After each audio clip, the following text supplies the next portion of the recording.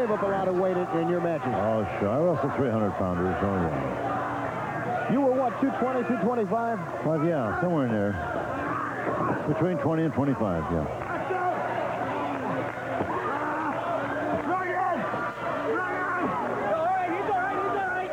Now, Ricky is trying to get some circulation going there. What he's doing is pressing that carotid artery, which is keeping oxygen from going to the brain. Yes.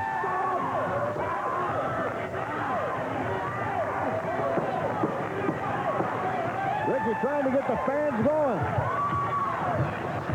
He's got them going here. Oh!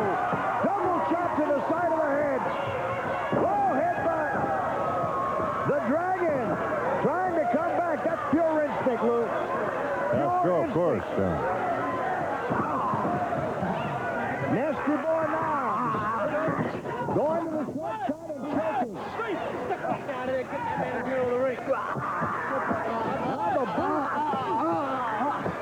I don't need to remind you that Ricky the Dragon Steamboat suffered a career-threatening larynx injury several years ago. Yeah, and every time I see somebody do that to him, I can't help but bring that dreadful event back to mind. I'm sure that has to cross his mind, too, from time to time. Uh-oh. Beautiful maneuver. 1, 2. Uh-oh. Nasty Powers. The big fat dude is strong. He is. The Nutrisystem poster child. Ramming that shoulder into the midsection, and that takes its toll. Uh-oh, you want to chop? You better be careful. You better be careful if you want to trade chops with Mr. Steamboat. Now there. That is all over. In 8 minutes and 10 seconds of this match, your winner, Ricky the Dragon Steamboat. Very impressive.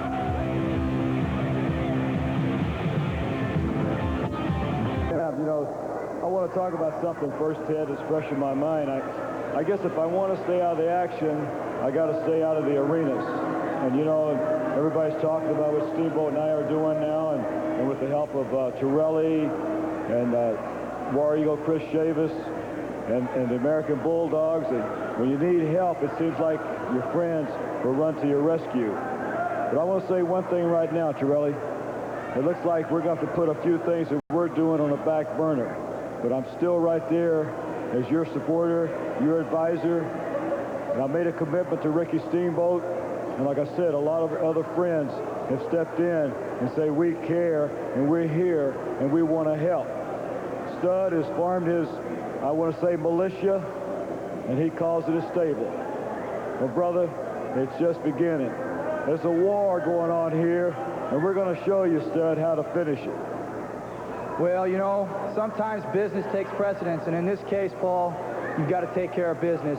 And anytime you need, anytime at all, anywhere, anytime, you need a backup, I'll be there for you, just as you are for me. And let me tell you, that Stud stable out there is going to get themselves in some trouble here because we got a pack going ourselves.